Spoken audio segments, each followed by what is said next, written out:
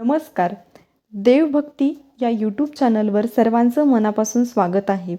तर यावर्षी मार्गशीर्ष महिन्यामध्ये 4 गुरुवार आले आहेत आणि 26 डिसेंबर 2024ला शेवटचा गुरुवार आहे. शेवटच्या गुरुवारी महालक्ष्मी व्रताचं उद्यापन करतात. तर 26 तारखेला सफला एकादशी आली आहे. त्यामुळे एकादशी दिवशी महालक्ष्मी व्रताचं उद्यापन करावं की नाही हा प्रश्न तुम्हाला पडला असेल. तर हे आपण व्हिडिओच्या माध्यमातून जाणून घेणार आहोत. तत्पूर्वी चॅनलवर नवीन असाल तर चॅनलला सबस्क्राईब करा, सोबतच बेल आयकॉन क्लिक करा, जेणेकरून सर्वात आधी माहिती तुमच्यापर्यंत पोहोचेल.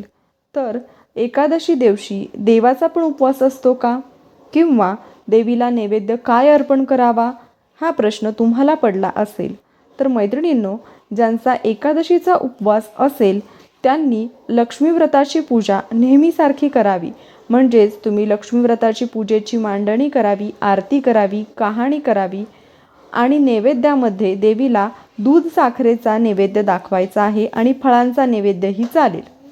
तर ज्यांचा एकादशीचा उपवास आहे त्यांना 26 तारखेला महालक्ष्मी व्रताचं उद्यापन करता येणार नाही.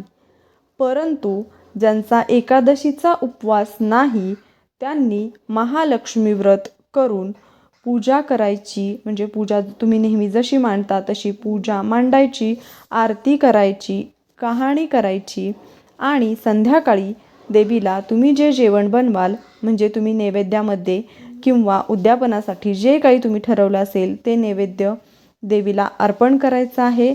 आणि एकादशीचा उपवास नाही ते महालक्ष्मी व्रताचं उद्यापन करू शकतात. माहिती आवडल्यास व्हिडिओला लाईक करा. धन्यवाद.